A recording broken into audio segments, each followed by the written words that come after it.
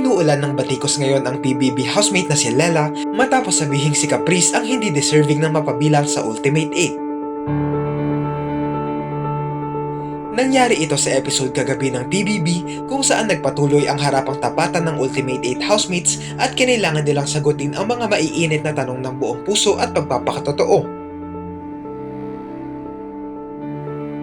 Nang sumalang na si Lela ay isa si Anton sa mga ex-housemates na nagtanong sa kanya.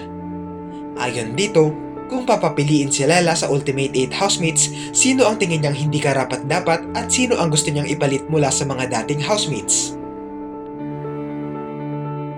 Tila nahirapan pa siya rito pero buong tapang niya pa rin itong sinagot at sinabing si Caprice. At ang gusto niyang ipalit sa kanya ay si Marco. Ikinagulat ito ng mga ex-housemates lalo pat alam nila kung gaano kalakas si Caprice sa season na ito ng PBB. Paliwanag ni Lela, hindi niya pa nakita si Caprice sa lahat ng sides nito. Hindi niya pa umano ito napansin sa pagiging leader, hindi tulad ni Marco na ang dami nang naipakita sa pananatili niya sa bahay ni Kuya. Panoorin ang video. Pwede ka na umikot, Lela. Welcome back, ex-housemate Anton. Seryoso tayo, please. Ay, sorry. Sino yung hindi karapat-dapat na maging Ultimate 8? Sino sa ex-housemate ang gusto mong ipalit? Ang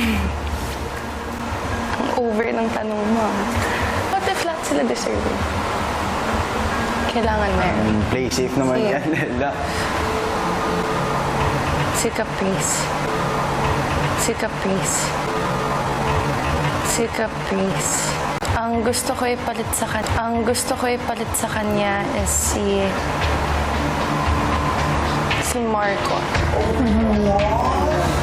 Last days niya dito, grabe, ang dami niyang naipakita. At as in, hindi lang as a housemate, but as a leader. O bakit si Caprice?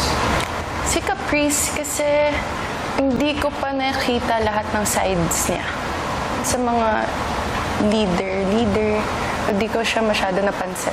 Anton, tingin mo ba nagsasabi ng totoo? Truth. Maraming salamat, Anton. To all the truth is your lies. Dahil sa sagot na ito ni Lela, inulan siya ng batiko sa social media. Ayon sa kanila, maraming beses nang naging leader si Caprice at nanalo rin siya sa Big Jump Challenge laban kay Marco. Kaya hindi nila alam kung bakit sa lahat ng housemates ay siya pa ang napili nitong hindi karapat-dapat.